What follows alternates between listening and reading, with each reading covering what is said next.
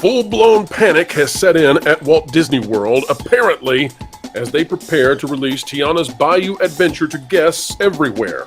Folks, you won't believe it, but they're comparing this to their Guardians redo of the Tower of Terror at California Adventure, as they try to justify what has happened with a project that has utterly gone off the rails.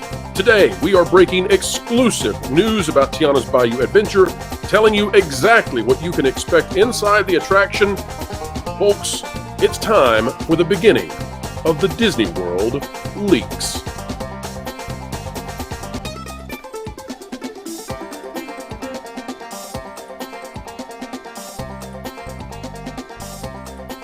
Hello folks, welcome back to the Pro Channel. We are so happy to have you, and we are ecstatic that Lorena Creole is joining us today. Lorena, how are you? I am doing well, and very much looking forward to this conversation. Absolutely, and folks, this is the beginning of the Disney World Leak Week here at the Pro Channel. As you all know, I have quite the reputation as a scooper, and I intend to keep that reputation intact. And so this week, based on the blessings of tremendous sources who have reached out to us to share with us what is going on, we are going to be telling you exactly what you can expect at the Walt Disney World Resort over the next 5 years. And the best part of it all, Lorena, we did not have to shill not one single moment. We still have the scoops, so it just pays to play nice and fair and truthful. Let's get underway. All right, folks, this is on thatparkplace.com. You are all welcome to go to thatparkplace.com and read the very first of these articles landing. And here we go diving in. This one by me says, it was the summer of love in 2020, and the Walt Disney Company had a very new and very vulnerable streaming service that had just launched, critical to the future of the House of Mouse. Bob Chapek had been named the CEO of the Walt Disney Company. A pandemic was raging, the parks were closed, and no knowledge when they might ever open, which, by the way, considering they're 70% of the company's revenues or profits, that was a big deal. And Bob Iger had, quote-unquote, left the company, but he was still in charge in spite of declarations to the public. And all of that is how we had that very first announcement that they were bringing Tiana's Bayou Adventure to Disneyland and Disney World, as they attempted to make sure they were not boycotted by particular groups that were very powerful that year. Now, Lorena, looking at the announcement picture, can you just share with us, does the final product of Tiana's Bayou Adventure look anything whatsoever like what they promised us? No. Folks, let's find out why. Here's why it doesn't look like that. Hasty concept art was sent out to the masses, and Disney's most popular attraction was on its way to being transformed. It was seen as a sufficient and manageable sacrifice to make in order to protect Disney Plus from a potential boycott. But a hasty plan has resulted in significant problems. Very early on, it was determined that the concept art was absolutely unfeasible. The tree and boat on top of Splash Mountain, replacing a tree stump on the iconic structure, were deemed impossible. The structure supports, not to mention sightlines, made the image an utter fantasy. A boat and a log would render the ride's structural integrity untenable, and thus Disney quickly had to reconfigure what the attraction would look like. So for those of you who wonder, how hasty the concept art was, well, here's how hasty it was, because many out there have said, oh, they had this plan for a long time. I've always said, no, they did not. It was so hastily done, they didn't even check to see if they could do it. They hadn't even checked the structure yet. They hadn't checked the blueprints yet to see, could we put a boat and a tree and all of that on top of it? Wow. They had no idea, Lorena. They had no idea when they released it. But it gets better, folks. Imagineers really realized that without the ability to put anything on top of the iconic flume ride, it would leave them in a position where they had to make a mountain look like a bayou. But bayous don't have mountains. It was a task with absolutely no solution. Instead, they simply covered the entire thing with plastic plants and miniature trees, themselves made to look out of perspective next to real trees planted near the attraction that tower over all of it. But it was even worse in Disneyland. And that's because, Lorena, we found out that in Disneyland, apparently, their bridge that connects Splash Mountain was badly out of code, and that was going to delay it, but that's not all. They also could not apparently get the parts for the animatronics for both of the rides fast enough because there's a shortage in that area, and therefore they could only open one attraction in a year. Oh my gosh. So how did they spin this? Internally, this very poor situation was pushed away with a Disney nice C-suite spin. Executives comforted one another and prepared to allay fears with Disney World management by telling them that Tiana's Bayou Adventure would be just like when Disneyland changed their Tower of Terror into a Guardians of the Galaxy ride. But many were not buying it. California Adventure's Tower of Terror had always been a bargain bin version that audiences rejected. Changing it was a positive because Californians resented having half the ride that existed at Hollywood Studios. But Splash Mountain was no discount. It is the most popular ride in all of Disney World. Goes on to talk about, by the way, folks, you need to read all of this, but here's, you want to know what's happening in this ride? I'll tell you what's happening in this ride. They decided, Lorena, if you can believe this, they decided that this was a ride that, because it's now aimed at little girls, it couldn't have any scary parts to it anymore. So, Lorena, do you know what happens when you go up the lift hill now? I'm scared to find out, but what's replacing the vultures up top that gave me Snow White Scary Adventure feels?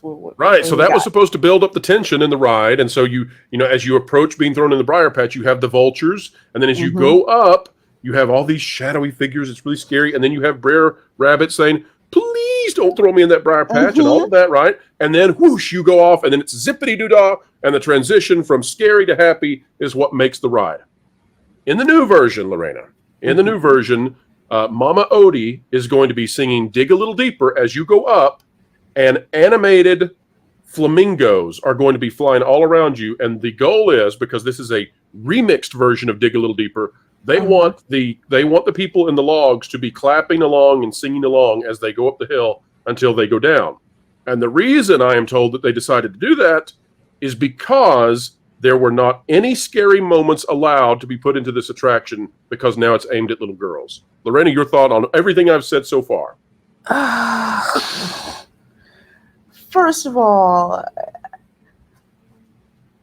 any log flume ride or even roller coaster ride, when you're going up, you're not exactly clapping with happiness, unless you're a roller coaster enthusiast like me and you're nuts and you know you're ready to scream on the way down.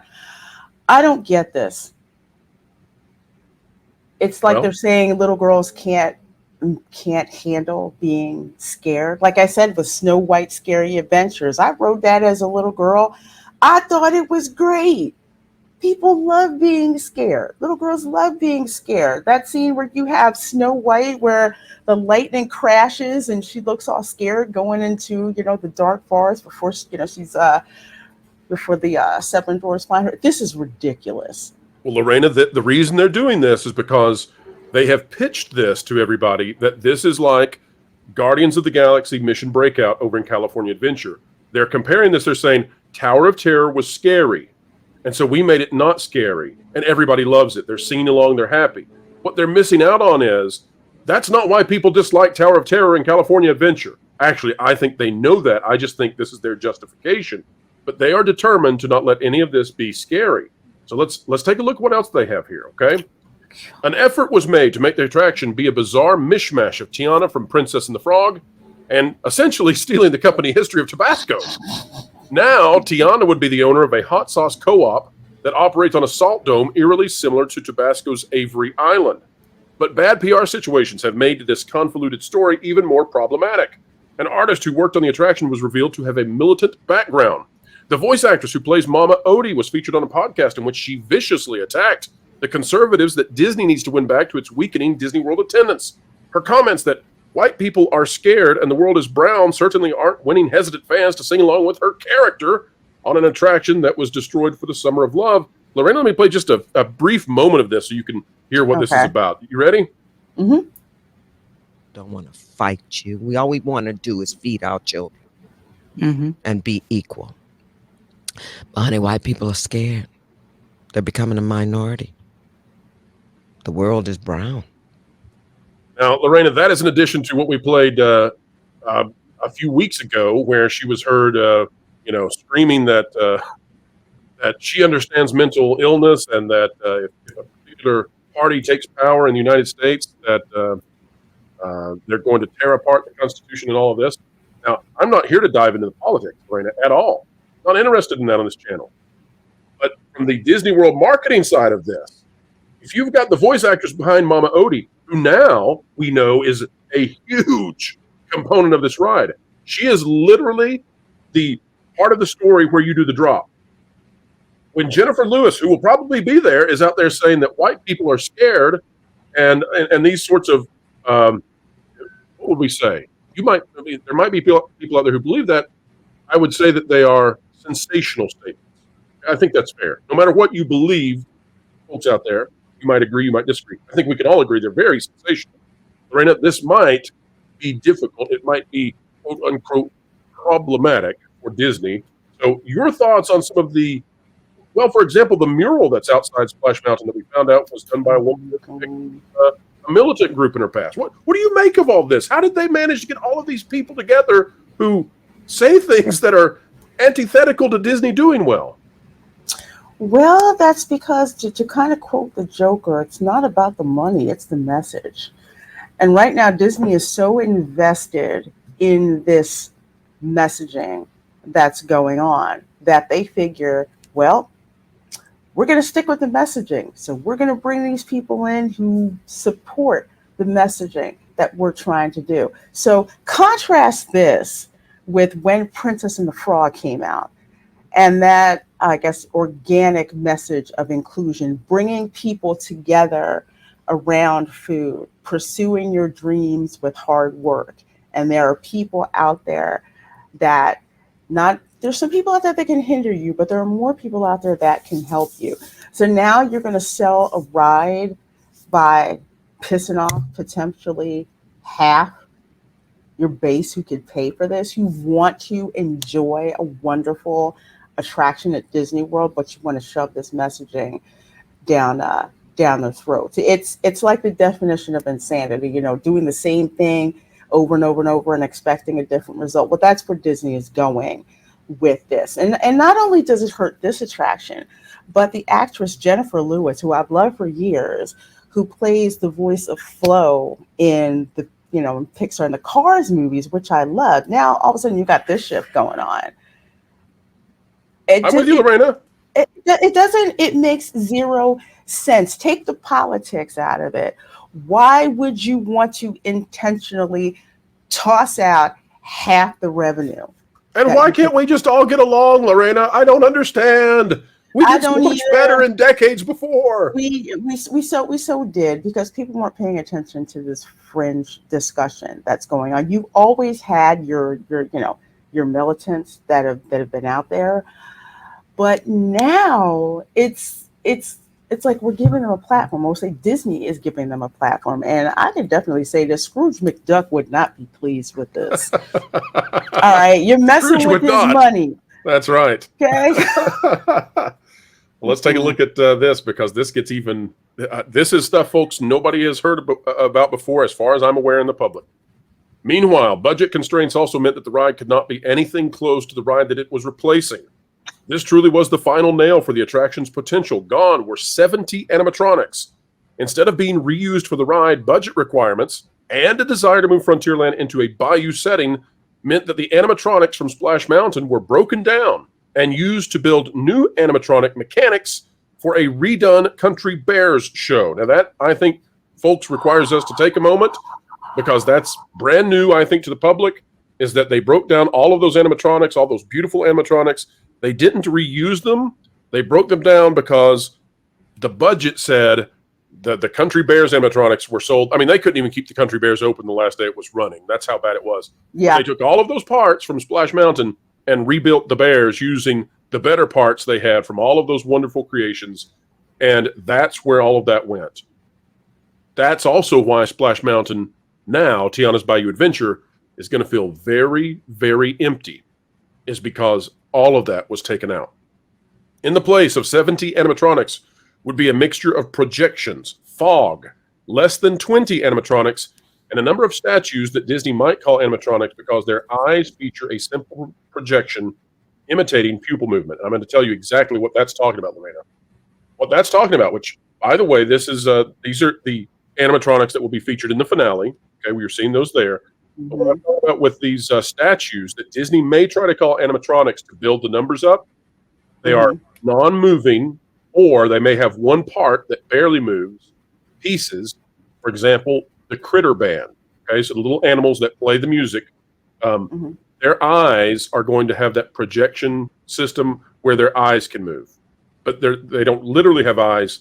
They have projected eyes, and so their eyes move back and forth using a projector. That is it. And so that's how Disney's going to try to build the number of quote unquote animatronics, even though that's probably not going to be real. Because of the lack of budget and the need to send almost all the old animatronics to build parts for Country Bears 2.0, nearly all the animatronic budget was spent on the finale scene, where there was simply no way to do an ending without animatronics. And we didn't have a chance to explain in the article why that is. In the future, we'll try to get back to why they had to have animatronics for the finale, but it comes down to the way that scene was built in the original Splash Mountain and all of the infrastructure that's there. But even there, an unforced error led many to believe the team behind the ride was in over its head. Original music for the ride used for the finale was seen as a huge risk, given that this new music would assuredly be compared to Zippity Doo-Dah. And it was and is unproven with audiences. This is a brand new piece of music that they're going to do there that, you know, it's not part of the original movie or anything. Right. What do you think about scrapping Zippity Doo-Dah along with the animatronics and then hoping that your brand new song is going to be popular enough to stand up to a comparison?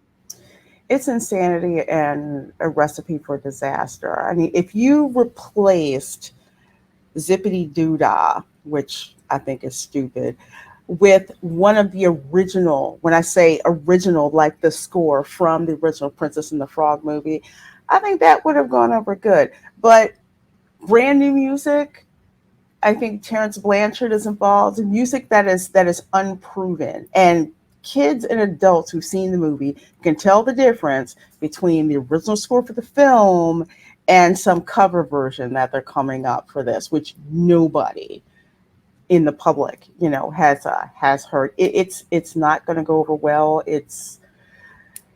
No. Lorraine, it's a brand new story. It's a brand new musical score. There are brand new cartoon critter band players. All of this stuff is new, and Disney has to hope that all of this connects.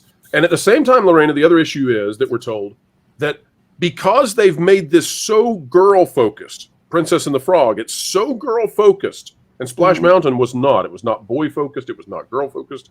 But because this one, critter-focused, because this is so femininely focused, the fear is that, you know, with these new characters, if they don't connect, you could have a journey into imagination situation once more. Let's finish out the article, then I want to get your take on all of this. There's so much new here, folks, that we've never been able to talk about in the past. And again, those who have shilled for Disney will get to ride this and find out, oh, this is how the ride works. Pro already told us. Finally, the ride also lost the support of one of its biggest pieces Disney needed to ensure the attraction would be as good as the original. Tony Baxter, the man who led the design of Splash Mountain, was brought back to WDI to help the team redesign Tiana's Bayou adventure. However, after seeing that his attraction would not be a book report, but instead a completely new adventure for Tiana, foreign to guests, Baxter had serious doubts. Now, when we use the term book report, we're using a Disney term. When they do an attraction that retells the original story, they call that a book report.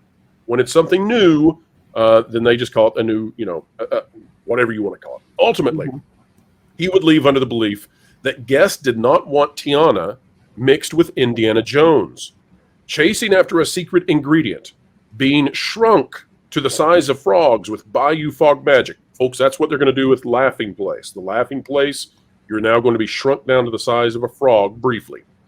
The elimination of any sense of tension, all of it was something that Baxter didn't want his name attached to, allegedly. Now they are here. They're in this situation, Lorena, where budget cuts, budget restraints, scrapping the animatronics, deciding to do an all-new story, deciding to partner with folks who have very divisive viewpoints. All of this is coming to a head. And what they are concerned about is that Disney needs to, this is their term, Lorena, and I'm stepping away from the article now because this is beyond the article. This is exclusive to the video. Disney wants to, quote unquote, activate or reactivate Frontierland. They feel like it's kind of a dead space. It's a dead retail space. We're going to talk about on this channel and on that Park Place what they're doing with Country Bears in the next days. They want to sell merch. and they want to sell Princess and the Frog merch, but they specifically want to sell Tiana's Bayou Adventure merch, and they want people going to Tiana's Bayou Adventure in mass, and they want to change Frontierland in the area that we've talked about into, the Bayou. And so, Lorena, they're concerned now. Magic Kingdom management, I am told, they're very concerned that this attraction is not going to, quote unquote, activate the area. What do you think, Lorena? Do you think that this is going to do well no matter what? Do you think people are going to gobble it up no matter what? Maybe negative press is good press? They're going to open it without even being finished. Lorena, what do you think is going to be the reaction to this ride now that you know what happens in this entire ride? It is going to go over about as well as a lead balloon in the Magic Kingdom. Here's a reason why. $16 lead balloon, Lorena? Probably more like 20 by the time they increase the prices and with tax and everything. First of all, that whole area over in Frontierland was always busy with that. Yes, bottleneck. Exactly. So much of a bottleneck that if you're a true commando, you know where the switchback is between Frontierland and Adventureland, so you can get out of there when it got too crowded between Splash Mountain, Big Thunder Mountain, Pecos Bills, the Country Bears, that whole atmosphere there. People flocked to that place. It was a consistent place of a whole bunch of people. Right, side by side attractions. Exactly. And it was perfect. And you were there for the parade. That's where the parade started. See the fireworks. Awesome location. But with this attraction now, when people walk by, they're kind of confused. They don't know why it's there. If it's a bayou, why is there this big, huge broccoli-looking, mountain that's there? Now you know why, Lorena. Because they tried to do something. They set a vision out, and then they realized, we can't do that at all. Yeah, covered in green, baby. Covered in green. Total green, and reuse the flowers from the Tafiti statue over at the Journey of Water. They got a deal on it. There was a yard sale with all those plastic flowers. It made sense, Lorena. Nobody's going to notice. Nobody's going to notice that it's, instead of magnolia flowers, it's going to be these, And nobody would call this Tafiti's Bohiny Adventure. No one would do that. Don't do that, folks. Don't you call it Tafiti's Bohiny Adventure. Oh, I mean, it is not going to go over well. Merchandise is not going to sell very well. They got this critter co-op thing that's over there now. You already teared the leaves off the vine. Did you see that, Lorena? Yes, I saw that. I saw that. The artist who sculpted that vine put those leaves on with like a centimeter, long, wide stem, and somebody's already torn those leaves off. Yeah. I'm not telling folks to do that. I'm just telling you, if you are a theme park designer, it's got to withstand some 8-year-olds, and that was not designed to withstand an 8-year-old. And you cannot underestimate the determination of an 8-year-old. Okay. A bored, hot 8-year-old who has nothing to do except twirl your little plastic wooden leaves. Exactly. But it's not going to energize that section. If anything, it'll be morbid curiosity. And that's about it. So now that big, huge section of Frontierland that had so much energy and repeat business, even people who weren't riding the ride would wait to watch people scream while they were coming down and dropping into the briar patch. I mean, that was like one of those spots where people wanted to go. I cannot see this merchandise going anywhere after the first few weeks or so. And it would not surprise me if, just like with the Wish merchandise, you're going to see this stuff going for 40% off sooner rather than later. Well, Lorena, here's what I think the strategy is going to be, because we now know exactly what's in this attraction. We've laid it out for the audience. They don't have to wait for someone who is willing to do whatever it takes for Disney to let them ride the ride early. We've just told you exactly how all this works. So I think the strategy is going to be, one, to claim that it's not done yet. Say we had to get it open for the summer, but it's not done yet. We've got more coming. I think the other strategy is going to be to talk about how amazing the finale is. So it doesn't feel quite as kinetic or exciting in some of the scenes, but it builds up for this finale like nothing you've ever seen. Like, I can already hear that. The finale makes it totally worth it. You won't believe seeing this many awesome animatronics in one space and a brand new song like you've never heard before. But the other strategy, I think, is going to be to call those who don't like it versus Splash Mountain bad people, because it's because of a bad reason that they don't like Tiana. And I think that's the three-pronged strategy. I don't know if it's Disney official strategy, but I think that's going to be the online strategy from those who want this to be.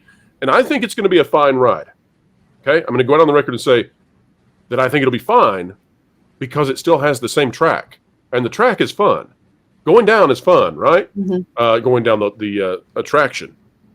But in terms of a comparison, in terms of the comparison, though, it's not going to be as good as Splash Mountain. And I think we've reached the point now where we can pretty positively say that it's going to be lackluster in comparison to what was the greatest attraction on Earth. Lorena, your final thoughts on it?